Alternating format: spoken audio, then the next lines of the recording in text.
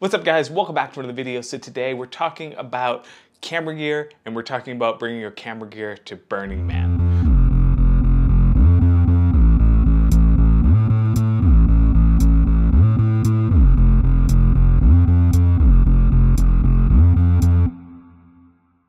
Burning Man is a photographic paradise. There is so much art to capture. There's so many people dressing up in costumes, light shows. It's one of the most unique experiences that I've ever had, and I've been to a lot of places. I think what makes it so special is the fact that everybody's putting so much effort to come to this place, which is just a desert. It's filled with dust. There's dust storms. It's extremely hot, and it's not the most ideal place for a festival. Just getting through the dust and the heat, it's almost a rite of passage for some people. I think part of the draw of Burning Man is surviving. Definitely is a feat in itself. So in this video, I want to share some strategies to get through that with your camera gear.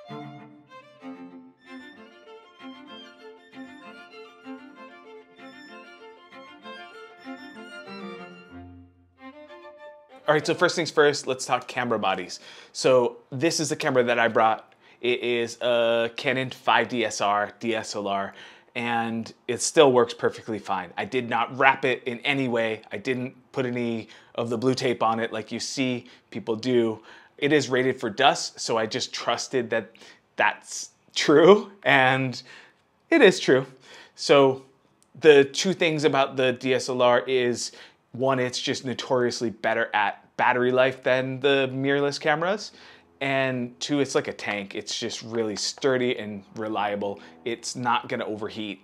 So if you can get your hands on maybe a used DSLR, I was thinking for the next burn, I would get like a used 5D Mark II, which are like super cheap right now, or even a Mark III probably. But I mean, I still have this, so I'd probably just bring this. But if you're just using the camera that you have or you're borrowing one, make sure you do your research. I did bring another camera, a smaller compact camera, the X100F, and I did my research. I found out that it was dust sealed, but it's only dust sealed when you put a UV filter on the front of the lens. So that camera did take in some dust. It did get pretty banged up. It still works, but the viewfinder definitely sticks. And the other thing is it's a mirrorless camera, so the battery died really quick. I think if it had longer battery life, I would have used it more, and it probably would have gotten even more damaged. If you are somebody that doesn't have a dust sealed camera, there are times when there aren't dust storms, so you could just shoot when there's no dust. I particularly wanted the dust photos. I really love the post-apocalyptic look.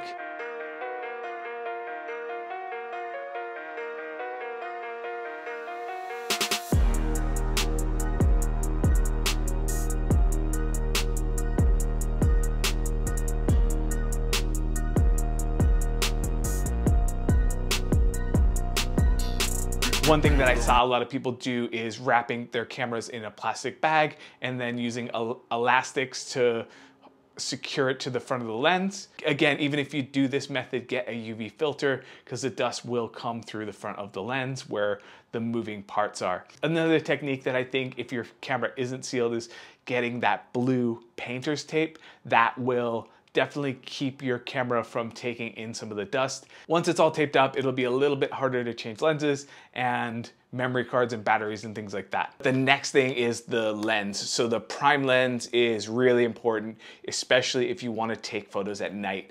I found that it was like super dark. Most of the time I was shooting with this lens or my 24mm wide open. The highest ISO this camera has is 6400, so I had it there most of the time, and then I was shooting wide open. It really helped me to capture some cool night photos.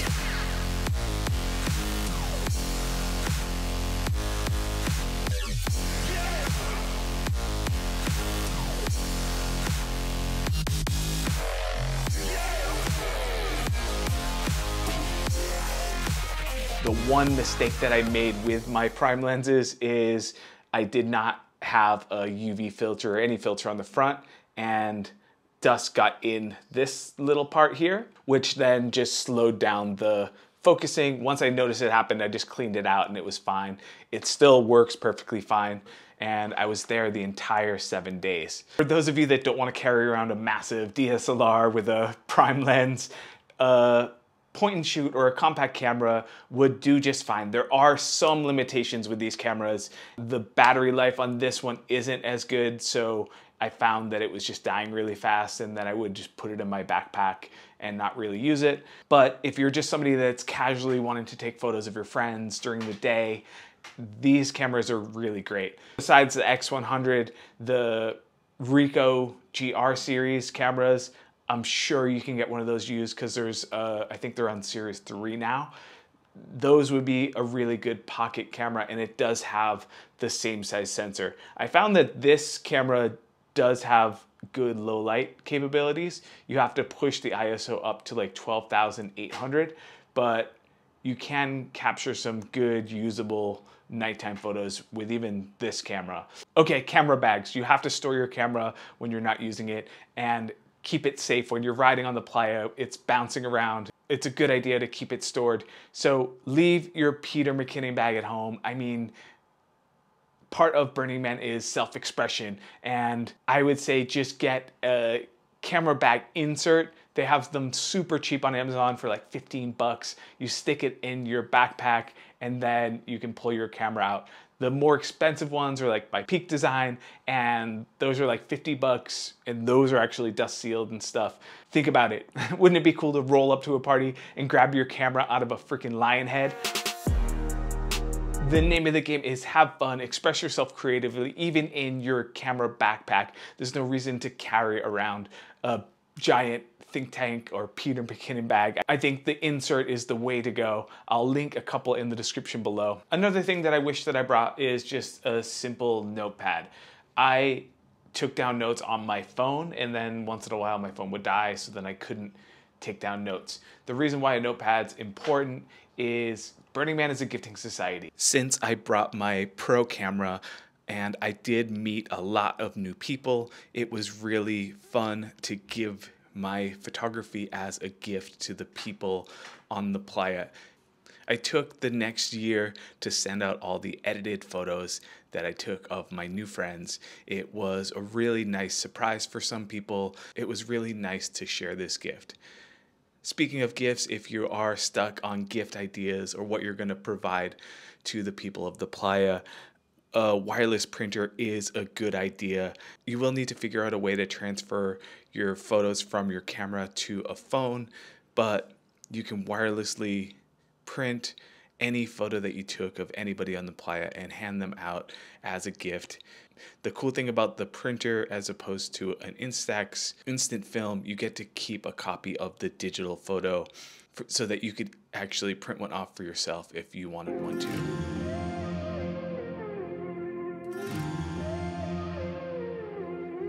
Okay, so batteries is a huge thing in Burning Man. I know everybody's camp experience is different. Some have major generators and lots of outlets for you to charge your batteries, and some are 4 outlets to share with an entire camp. So that means that your batteries, when they need to be charged, you might not have access to a charger. So bring a bunch of extra batteries. If you are bringing a mirrorless camera, they do chew through batteries quicker than a DSLR. Bring a couple extra batteries and maybe even a battery bank that you can just charge your own stuff. One thing that I noticed is just, like I said before, the X100F, that battery died really quickly, so I barely used that camera.